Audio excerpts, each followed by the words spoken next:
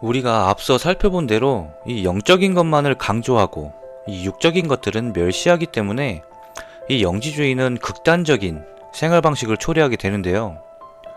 이 물질 세계, 이 육적인 것들을 악하다고 보고 이 육에 관련된 것들을 철저하게 배척하는 금욕주의로 나타납니다. 또 그 반대로 우리의 영은 신께 속해 있기 때문에 이 육적인 것들은 우리의 영혼에 절대 해를 끼칠 수 없다고 보고 이 정욕대로 살아가는 방탕주의 혹은 쾌락주의로도 나타나기도 했죠. 이러한 육신의 멸시는 또 다양한 방식으로 나타났습니다. 이 세상을 멀리하고 배척하거나 혹은 숨어 지내거나 또 혼인을 금하고 또 음식물을 가려서 취하거나 아니면 술에 취해 방종한 삶을 살거나 또 상대를 가리지 않는 이 성관계 문화를 옹호하거나 이렇게 극단적인 삶의 방식으로 나타났습니다. 물론 영지주의와는 별개로 지역적인 특징도 고려해야 하겠죠. 이 음행과 우상의 도시인 이 고린도가 그 대표적인 예가 될 수 있겠네요. 온갖 방탕함과 또 음행이 자행되던 지역이었기 때문에 사도 바울은 이렇게 말합니다. 우리의 몸이 성령의 전이고 또 우리의 몸으로 하나님께 영광을 돌려야 한다고 교훈하고 있어요.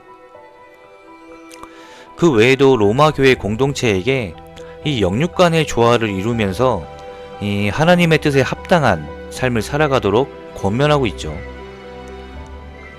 이러한 극단적인 생활 방식에 대해 사도 바울은 그의 서신들을 통해 더욱 강력하게 교훈하고 있습니다. 자유를 남용하는 자, 극단적 금욕주의자, 또 성적 방종을 일삼는 자 등 이 잘못된 사상이나 가르침을 경계하라고 말이죠.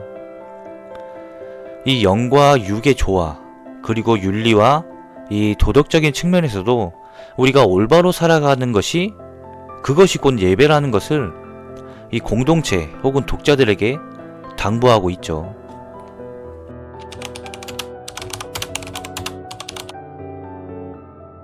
우리는 이 신약 성서를 통해서 또 앞서 살펴본 내용대로 이 영지주의 사상이 이 당대에 널리 전파되어 있었다는 것을 알 수가 있어요. 신약 성서 곳곳에서 이 영지주의적 거짓 가르침과 대결을 펼치는 신약의 기자들을 만나볼 수 있기 때문이죠. 이 신약 성서가 기록된 것은 대체적으로 1세기 말엽이죠. 점점 성장하고 있는 영지주의와 맞서고 있는 점을 고려해보면 이 공동체 내의 영지주의로 인한 혼란의 크기가 결코 작지 않다는 것을 짐작해 볼 수 있습니다.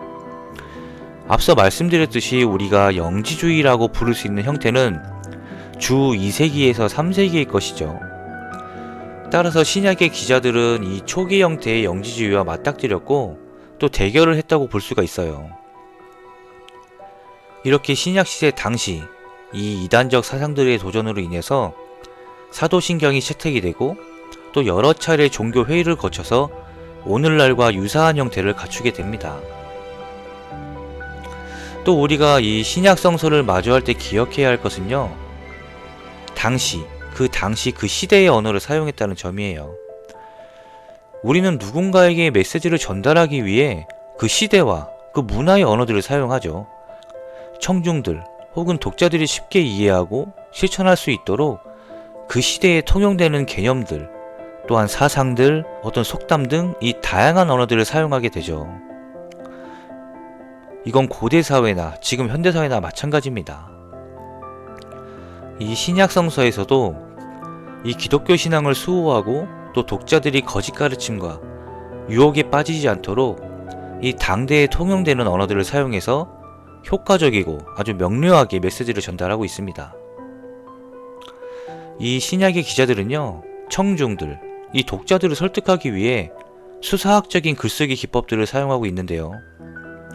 또한 당시에 널리 전파되어 있었던 사고와 또 개념들을 빌어서 청중들에게 교훈의 메시지를 전달하고 있습니다.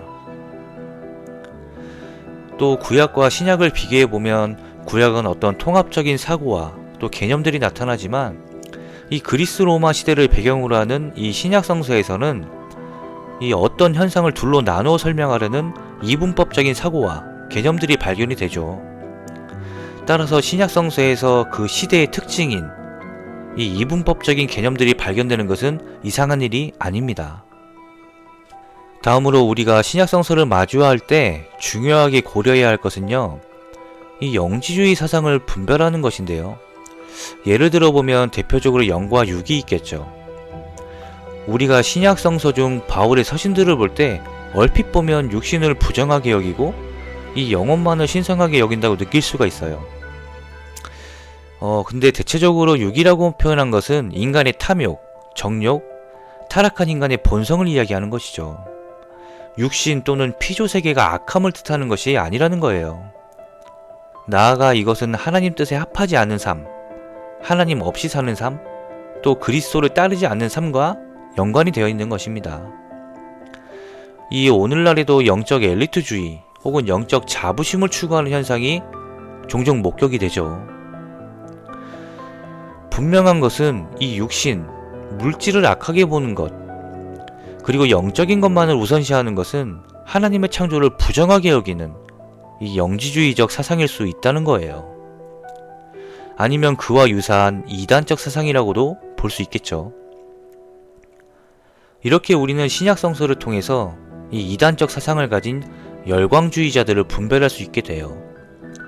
뿐만 아니라 당시 상황들 속에서 얻은 교훈들을 오늘날의 삶과 공동체에게 적용하고 또 이단적 사상들로부터 적절하게 대응할 수가 있게 되는 것이죠.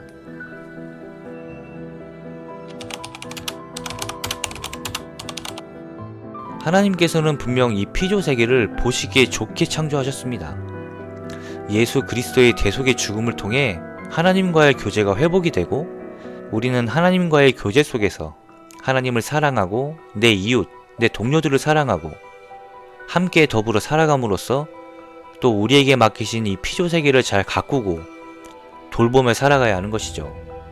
희망이 없는 이 세상 가운데서 예수께서는 하나님의 나라를 직접 보여주셨고 또 맛보게 하셨죠. 복음서들이 그 사실들을 증언하고 있어요. 영지주의자들처럼 물질세계를 악한 것으로 치부하고 영혼만을 추구하며 살아가는 것이 아니라 하나님과의 교제 속에서 하나님을 사랑하고 내 이웃을 사랑하면서 하나님께서 창조하시고 맡기신 이 피조세계를 잘 돌보며 살아가야 하는 것입니다. 이것이 바로 창조 섭리에 순응하며 살아가는 인간의 의무죠. 물론 다가올 새로운 세상, 하나님의 나라를 기대하는 건 맞습니다. 다만 하나님의 창조를 멸시하고 무시하지 않도록 주의가 필요하다는 것이죠. 하나님께서는 분명 이 세상을 아름답게 창조하셨고 우리는 하나님과의 교제 속에서 사랑으로 내 이웃과 피조세계를 돌보며 살아가야 하는 존재라는 것을 기억하시기 바라겠습니다.